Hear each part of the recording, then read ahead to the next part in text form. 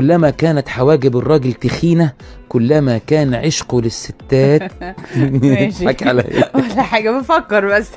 كلما كانت حواجب الراجل تخينة مم. كلما كان بيحب الستات قوي. اوكي طيب ادي الحواجب تخينة. تمام. طب الحواجب دي بقى تحت، لا قريبة من العين ولا فوق شوية بعيد عن العين؟ في اوكي. حواجب بتلاقيها كده قريبة من العين قوي، وفي حواجب تلاقيها بعيدة قوي.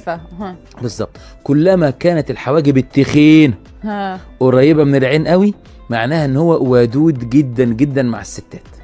يبقى الحواجب لوحدها لما تبقى قريبة يبقى ودود، وتخينة يبقى بيحب الستات. طيب خلينا في الحواجب.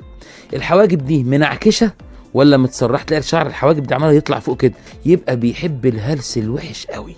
يعني بيحب، يعني شرقان على الست. عارف المصطلح ده؟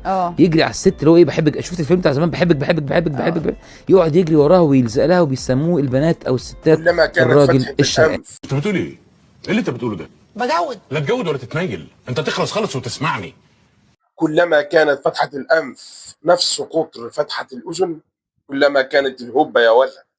الواحد كان يعرف بالهمسات بالنظرات، إنما بالحاجات دي ده كلام يطلع من عندك كوافير مش من برنامج وقناة عالمية.